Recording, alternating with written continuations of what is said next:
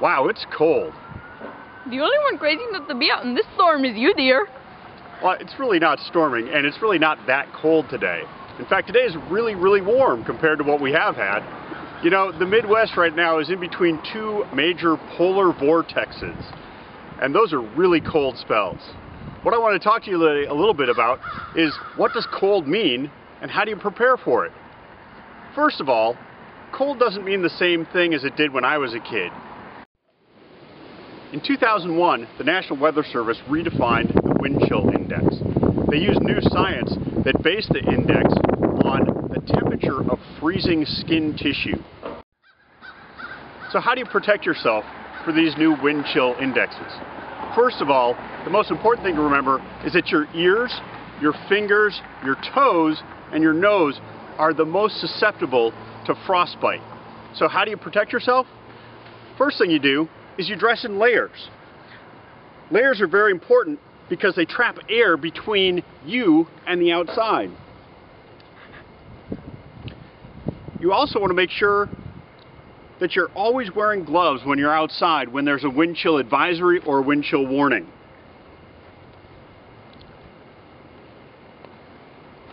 A hat is always a must. Make sure that your ears are completely covered. Now that you're like this, you're ready for being outside in winter. However, this isn't going to protect you well for a wind chill advisory or wind chill warning. You need to prepare even more. For example, if you have asthma or bronchitis, it's really important that you wear a scarf. You want to cover your face, nose and mouth,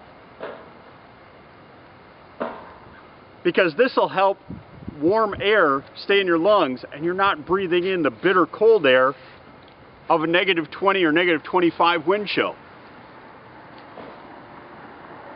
The next step is to know that mittens are much better than gloves. Mittens do a better job of containing your body temperature.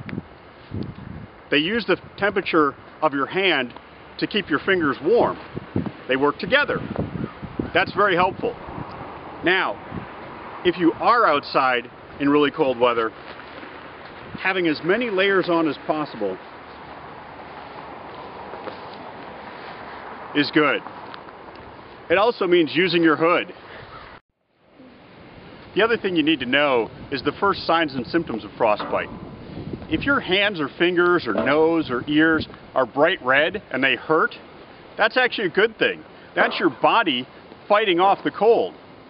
If it gets beyond that, if you start to lose feeling in your fingers or your ears and the skin starts to turn gray, that's a warning that you need to get inside right away. You also want to be very careful if your fingers, ears, or nose do start to turn gray because you want to warm that part of your body up very slowly. Just wrap it in a blanket, wrap it in a towel, and warm it up slowly. Otherwise, you can do damage to the tissue. Never ever rub tissue that you think might be frostbitten. Now that you're ready to be outside in the cold weather, always remember to check the National Weather Service or your local media outlets for what the actual wind chill is. Remember, if it's a wind chill advisory, you probably don't want to be outside for more than 20 or 30 minutes at a time.